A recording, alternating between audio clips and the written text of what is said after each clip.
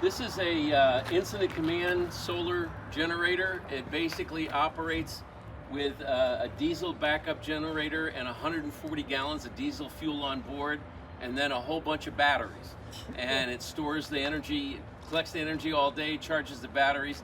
It's supposed to be able to run without connection to any other source of electricity for 14 days, providing 6,500 watts of continuous power. Our first usage of it was at Warner Hall at Citrus Fair during emergency shelter. We were able to power up the entire building off of that trailer. We are looking at the possibility of relocating the trailer. I haven't talked to the fire chief yet to make sure he's okay with it, but we're looking at relocating to the top of the hill that you'll be visiting next as a supplemental source of power, and while we're working out more permanent supplemental power sources up there. So it might be relocated to the top of the hill. This disadvantage of this unit is it's 6,500 watts, but it's basically one outlet. You have distributed, but you can't take it everywhere. This one is a little different. It's brand new. It was donated to CERT about 2 months ago. This is 4,800 watts, but what's interesting about it is you have two canopy shelters like this with a solar roof. We built one today just to show you. There's two of them. And basically those plug into an inverter and create what amounts to an energy center that's 30 feet by 30 feet that you can put either as a command center or the way we've set it up as a medical triage center. You can actually put tarps down the side and put an air conditioner of 5,500 BTU and air condition the space or heat the space. So it's basically an emergency setup of a electric as well as heat and cooling controlled space. In addition, inside are 48 handheld units that charge during the day with solar power, and then you give them to residents. They give you a driver's license, they take it home, and it'll power their CPAP, their oxygen supplemental, their cell phones, and all of the light equipment. In addition to those 48 units that they can take home in a neighborhood, there are 6 other larger units inside that are capable of powering up a building. So basically, what you do is you deploy this trailer to a place where there's like an earthquake and an entire neighborhood is black, and you can basically provide electrical power on an ongoing basis for that. The trailer over there is our CERT training trailer. About half of you here are already CERT trained. I can recognize all of you, so you know what's in there. That's all the equipment we use for training. Normally, FEMA requires 21 hours of training. For Northern Sonoma County CERT, we require 28 hours of training because we do additional training on CPR, AED, and a variety of other things. So all of our CERTs are 28 hours trained, and then they take advanced courses after that, like traffic management and things like that.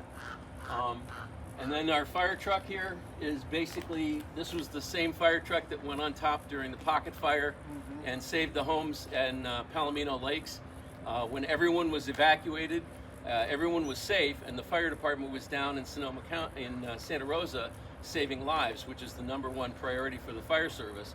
But there wasn't a lot of resources up here. So what happened is the volunteers took this up, took 3 bulldozers. We had 2, and we stole a third. And the wine owner thanked us for stealing it.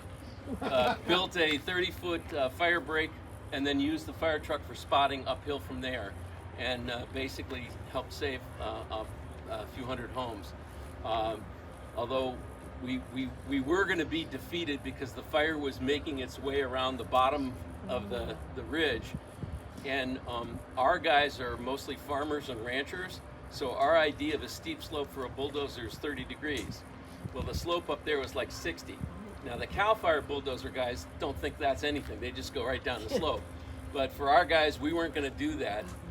And so when the fire went around the bottom, I called the chief here in Cloverdale, and he was number 3 in the incident command structure, and he called aerial resources, and they brought in a 747 and dropped 2,000 tons of retardant. That killed the rest of the fire.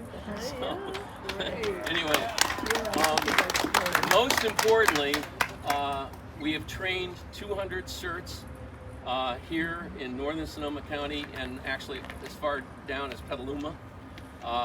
We have a new arrangement with the county that was signed about 2, 3, 4 months ago to provide that same service county-wide. In order to do that, we have to train CERTs all throughout the whole county. Previously, there were only 3 of us that were CERT instructors. Alma's one, I'm another one, and we had another fellow down in Bodega Bay that was a CERT instructor. As of July 1, we will have 10 CERT, FEMA certified instructors, 6 of whom are bilingual. So we teach CERT in Spanish, we teach CERT in English, and we'll go throughout the whole county. And then the last program I'll tell you about, and then I'm going to shut up and give it to Jeff. The last program is a brand new program. The Windsor School District applied for a grant and got approval from the County Board of Education to have as a senior elective CERT and EMR training, basically combining CERT and EMR. And basically, that's 94 hours of instruction for high school seniors, but they also, in addition to graduating from high school, they get 1 year of college credit. So it's both the high school graduation and the college credit. We originally were going to train 30. When they did the sign-up list, 60 kids signed up, and we had to put a stop to it then. There were more kids that wanted it. And so we're now going to train 60 kids year-long, and then the day they graduate from high school, because they've completed EMR for the state requirement, and they have completed CERT, they're immediately eligible for employment as either a firefighter, first responder, whatever it might be. Or they can take further training for EMT and things like that. So that program is starting in August. One of the reasons we needed as many CERT instructors was because I can't teach 90 hours continuously every 5 days a week. So we needed some additional help. And now 5 other high schools in Sonoma County have said we want to do it too. So that's going to be something in the neighborhood of 300 new trained people every single year. Hey, one of the biggest things that I personally saw during the 2017 fires, the Pocket Fire, the Tubbs Fire, the Nuns Fire, really 120 fires that in the northern section of California that coalesced into 8 mega fires and really took us down, was that the we was not big enough. It was, there was lots of individuals who were not prepared.